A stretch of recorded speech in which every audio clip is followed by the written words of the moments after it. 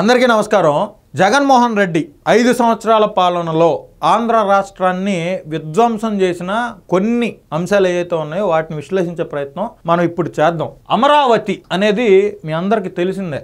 అమరావతి ఏకైక రాజధాని అని, అమరావతి కోసం 34,000 ఎకరాలు 29 గ్రామాల ప్రజానీకం రైతాంగం అందరూ కలిసి ముందుకొచ్చి రాష్ట్రం కోసం, రాష్ట్ర భవిష్యత్తు కోసం, రాష్ట్రంలో ఉండేటువంటి యువత అందరికీ ఉద్యోగ ఉపాధి అవకాశాలు దొరుకుతాయి, ఆంధ్ర రాష్ట్రం యొక్క ప్రతిష్ట పెరుగుతుందనే ఉద్దేశంతో ఇచ్చారని, జగన్మోహన్ రెడ్డి గారు అధికారంలోకి వచ్చిన తర్వాత కర్నూలుని న్యాయ రాజధానిగా, అమరావతిని శాసన రాజధానిగా, వైజాగ్ని ఆర్థిక రాజధానిగా చేస్తానని చెప్పి వాళ్ళని రైతులకు సంబంధించి ఎటువంటి హామీలు ఇవ్వకుండా ఆయన ఏ విధంగా వాళ్ళని అణిచివేసే ప్రయత్నం చేశాడో, అమరావతి కోసం పోరాడుతున్న మహిళలను ఏ విధంగా పోలీసుల చేత బూట్టు కాళ్ళతో తన్నిచ్చాడో, అదేవిధంగా అమరావతి రైతులు అమరావతి టు తిరుమల, అమరావతి టు అరసవల్లి పాదయాత్రలు చేస్తుంటే అక్కడ వైఎస్ఆర్ కాంగ్రెస్ పార్టీకి చెందిన రౌడీ మోకలను పెట్టి వాళ్ళని ఎంత దారుణంగా ట్రీట్ చేశాడో ఆంధ్ర రాష్ట్రం అంతా తెలుసు. దీని ఫలితంగానే 175 వైనాట్ 175 అని ఊగిన జగన్మోహన్ రెడ్డిని, 151 సీట్లతో అధికారంలోకి వచ్చిన జగన్మోహన్ రెడ్డిని 11 సీట్లకి ఆంధ్ర రాష్ట్ర ప్రజలు పడేసిన విషయం మీ అందరికీ తెలిసిందే. అయితే జగన్మోహన్ రెడ్డి 3 రాజధానులు అన్నాడు. నా డౌట్ ఏంటంటే, ఇప్పుడు అసలు అమరావతి రాజధాని మీరు ఎందుకు తీసేస్తున్నారని జగన్మోహన్ రెడ్డిని అడిగితే డీసెంట్రలైజేషన్ అన్నాడు. ఈయనేదో 1,000 కోట్లు, లక్షల కోట్ల రూపాయలు పెట్టుబడులు తెచ్చేసి కొన్ని వందల కంపెనీలు తీసుకెళ్లి అక్కడ పెట్టిన మనిషిలాగా 100 కంపెనీలు వస్తే 25 ఉత్తరాంధ్రలో పెడతా, 25 చిత్తూరులో పెడతా, 25 రాయలసీమ అనంతపురంలో పెడతా, ఒక 25 తీసుకొచ్చి అమరావతిలో పెడతాననే వ్యక్తిలాగా ఈయన డీసెంట్రలైజేషన్ అంట. ఇంకేమన్నంటే సౌత్ ఆఫ్రికాని మనకి చూపించాడు ఉదాహరణగా. సౌత్ ఆఫ్రికా ఎంత వెనకబడిన దేశమో, అక్కడ ప్రజల జీవన ప్రమాణాలు ఎలా ఉంటాయో, అక్కడ మౌలిక సదుపాయాలు ఎలా ఉంటాయి అనేది జగన్మోహన్ రెడ్డి మరి చూశాడో లేదో నాకు తెలియదు, కానీ ఎవడో ఏదో చెప్తే దాన్ని ఫాలో అయిపోయి ఆయన 3 రాజధానులు అన్నాడు. కర్నూలులో ఒక్క ఇటుక జగన్మోహన్ రెడ్డి పెట్టాడా?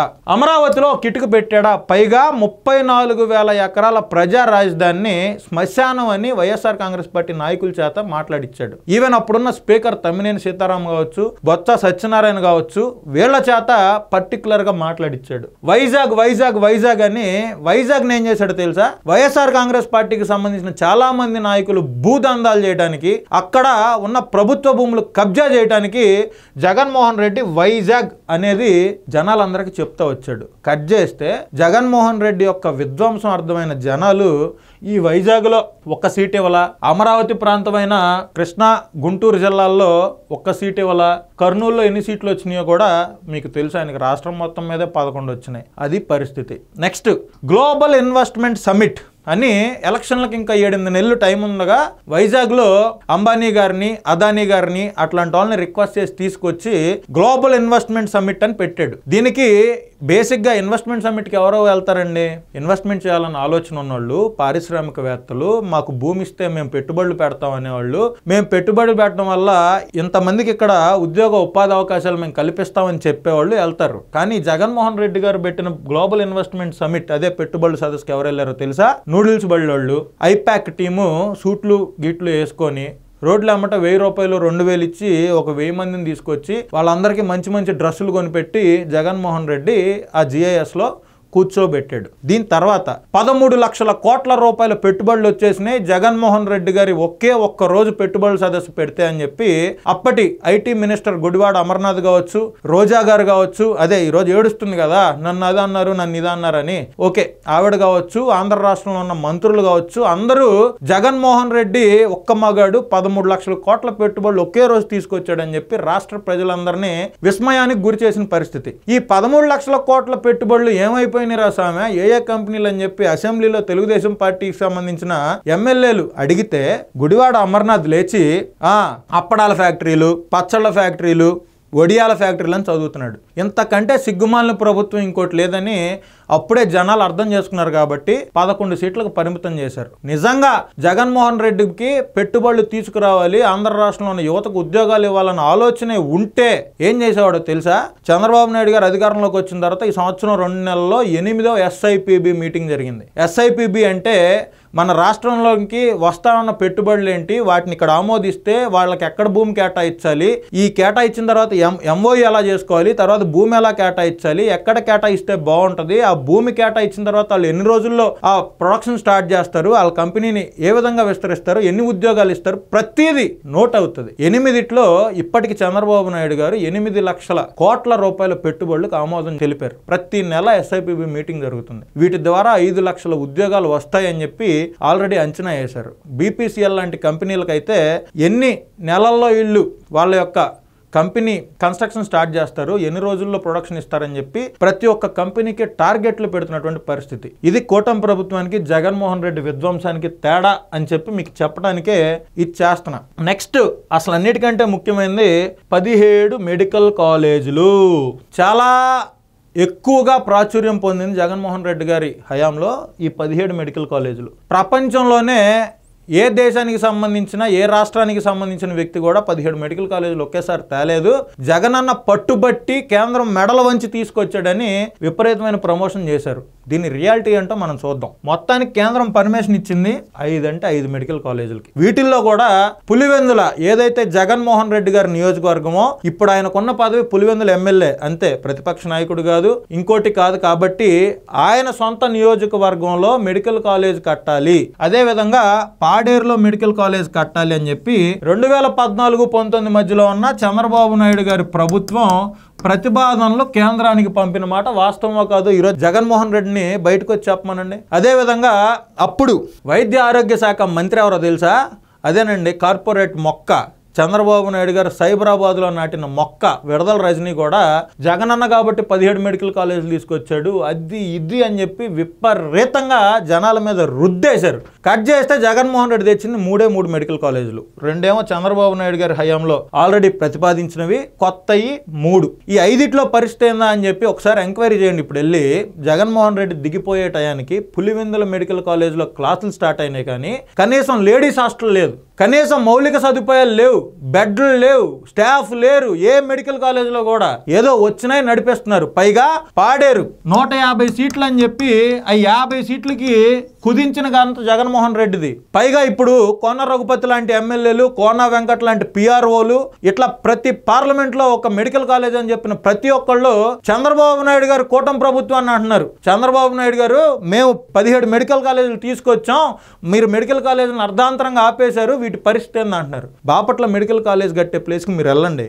సరిగా వర్షాకాలం వెళ్ళండి, ఆ చుట్టుపక్కల పూర్తిగా వరద వచ్చి ఆ వరద మధ్యలో ఈ కాలేజ్ ఉన్నట్టు ఉంటుంది. అసలు అది కరెక్ట్ ప్లేసే కాదు. కేవలం ధనదాహం కోసం, భూదోపిడీ కోసం వాళ్ళు చేశారని నా అభిప్రాయం. ఇట్లాంటి ప్లేసుల్లో మెడికల్ కాలేజీలు కట్టి జగన్మోహన్ రెడ్డికి ఒక అలవాటు ఉంది. పేదలు వెళ్ళి ఉండే ఇళ్ల స్థలాలేమో చెరువుల్లో ఎత్తాడు, పేదలకి ఉపయోగపడేటువంటి మెడికల్ కాలేజీలనేమో చెరువులు లాంటి ప్లేసుల్లో కడుతున్నాడు. అది ఎంతవరకు correct?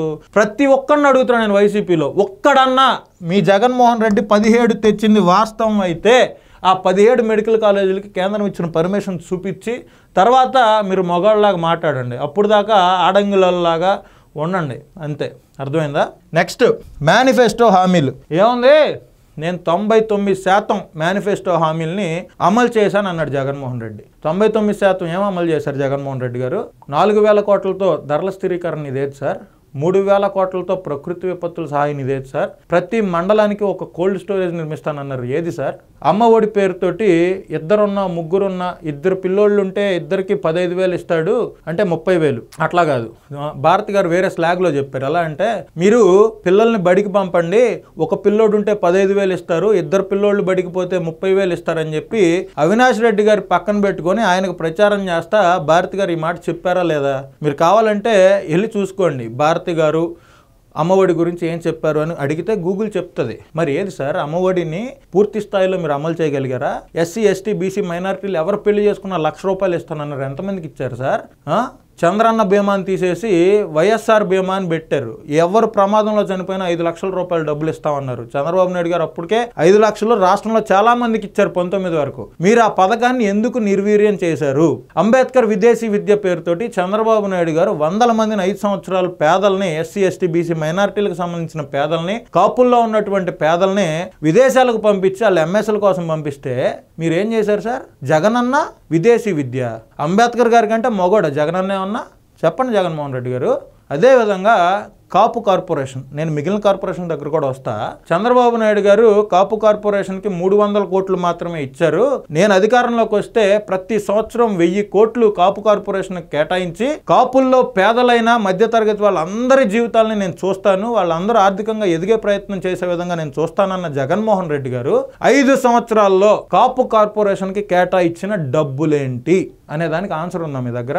SC ST BC minority కార్పొరేషన్లు అన్ని చంద్రబాబు నాయుడు గారి హయాంలో ఆర్థిక వనరులు కేటాయించబడి పేదలకి మధ్యతరగతి వాళ్ళకి వాళ్ళ జీవన ప్రమాణాలు పెరగడానికి వాళ్ళ జీవితంలో సెటిల్ అవడం కోసం ఎంతో కొంత పర్సనల్ లోన్ల రూపంలో బ్యాంకులకి గవర్నమెంటే హామీ ఇచ్చి లోన్లు ఇస్తే జగన్మోహన్ రెడ్డి అధికారంలోకి వచ్చిన తర్వాత ఒక పని చేయగలిగాడా? ఏది సార్, మరి మేనిఫెస్టో హామీలే కదా ఇవన్నీ. హజ్ హౌస్ ఎక్కడ కట్టారు సార్ జగన్మోహన్ రెడ్డి గారు? ఇస్లామిక్ బ్యాంక్ ఎక్కడ కట్టారు? అబ్దుల్ సలాం గారి కుటుంబం రైల్వే ట్రాక్ మీద పడిపోవటానికి కారణం ఎవరో? మీరు కాదా? మీ ప్రభుత్వంలో మీ నాయకులు కాదా? మీరా ఉద్ధరించేది రాష్ట్రాన్ని? లేచిన దగ్గర నుంచి అబద్ధాలు చెప్పటం, లా అండ్ ఆర్డర్ని ఏ విధంగా నాశనం చేయాలి ఈ రాష్ట్రంలో లేకుండా అనుకోవటం, విద్వేషాలు రెచ్చగొట్టడం, బెట్టింగ్ రాయిళ్ళకి మీరు ప్రమోషన్ చేయటం, గంజాయి దాగి పోలీసులను ఇబ్బంది పెట్టే వాళ్ళ పక్షాన మీరు వెళ్ళటం, అక్కడ ఇష్యూవే లేని దగ్గరికి వెళ్ళి బంగారుపాళ్యంలో రచ్చ చేయటం, మీరు నల్లబర్లి పొగాకు రైతుల కోసం వెళ్ళి పొగాకు రేట్ అంతా కూడా తెలుసుకోలేకపోవటం మా మూర్ఖత్వం. మీరు మా రాష్ట్రంలో ఒక రాజకీయ నాయకుడిగా ఉండటం, ఆంధ్ర రాష్ట్ర ప్రజలు మిమ్మల్ని ఒకసారి ముఖ్యమంత్రిని చేయటం మా దౌర్భాగ్యం. మా రాష్ట్రం ఇంకో రకంగా ఉండేది మీరు కానీ ముఖ్యమంత్రి అవ్వకపోతే. ఆంధ్ర రాష్ట్రం దేశంలోనే నెంబర్ 1 కూడా అయ్యేదేమో ఈ పాటికి. మీరు 5 సంవత్సరాల్లో చేసిన విధ్వంసం, మీరు 5 సంవత్సరాల్లో చేసిన అప్పులు ఆంధ్ర రాష్ట్రానికి శాపం లాగా మారినాయి. ఎంతమందిని పంపించారు ఈ రాష్ట్రం నుంచి మీరు? లులు మాల్ ఎందుకు వెళ్ళిపోయింది? ఏషియన్ పల్ప్ పేపర్ మిల్స్ ఎందుకు వెళ్ళిపోయింది? జాకీ పరిశ్రమ ఎందుకు వెళ్ళిపోయింది? వీళ్ళందరూ వెళ్ళటానికి కారణం ఎవరు? ఆంధ్ర రాష్ట్రంలో పెట్టుబడులకి రెడ్ జోన్ చేసింది ఎవరు? మీరు కాదా? కియా యాంగ్జిలరీ యూనిట్స్ ని తమిళనాడు పంపించింది ఎవరు? అమర్ రాజా బ్యాటరీస్ ని భయపెట్టి గోల చేసి పొల్యూషన్ అని చెప్పి పంపించింది ఎవరు? మీరు కాదా? మీ సజ్జల రామకృష్ణారెడ్డి ప్రెస్ మీట్ పెట్టి మరి మేమే దండం పెట్టాం వెళ్ళమని చెప్పలేదా? ఉన్న కంపెనీలని పంపించేసి మీరు కంపెనీలు తీసుకొచ్చి రాష్ట్రాన్ని డెవలప్ చేస్తారని ఇంకా 39% గొర్రెలు మీ పక్కన నిలబడటమే మా రాష్ట్రం చేసుకున్న దరిద్రం. ఈ గొర్రెలందరూ ఎప్పుడు మారుతారో, ఈ రాష్ట్రం ఎప్పుడు బాగుపడుద్దో అర్థం కావట్లేదు. ఇంకొకసారి జగన్మోహన్ రెడ్డి అనే వ్యక్తి ముఖ్యమంత్రి అయితే ఈ రాష్ట్రం సర్వనాశనం కావటం ఖాయం. కానీ జగన్మోహన్ రెడ్డి ముఖ్యమంత్రి అవడం అంతవరకు హామీ నేను ఇస్తున్నా. నమస్కారం.